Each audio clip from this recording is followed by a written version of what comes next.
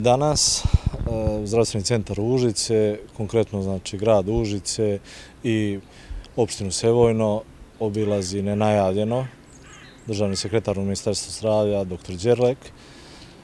Svrha posjete je da utvrdi nepravilnosti i da vidi sve one činjenice, naravno i da sasluša pacijente, da utvrdi neke probleme koji postoje ili su mogući u funkcionisanju zdravstvene zaštite na teritoriji grada Užica i opštine Sevojno.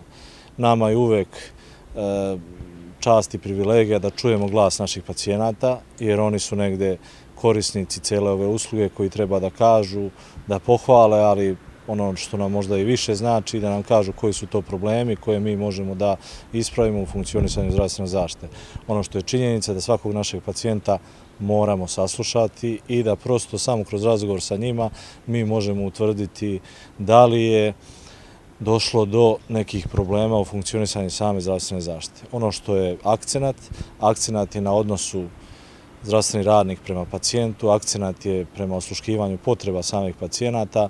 Ono što želimo mi da dokažemo s ove strane, to je da je naravno prioritet pacijent, ali i da objasnim da u određenim situacijama da su ipak zdravstveni radnici neko ko zaista se trudi, ja to maksimalno mogu da kažem u svoje ime, se zaista trudi da maksimalno obavlja svoj posao profesionalno i da zaista izgaraju na poslu. Ono što želim i ovom prilikom da istaknem, to su ogromna ulaganja koja Ministarstvo zdravlja konstantno ulaže u Zdravstveni centar Užice.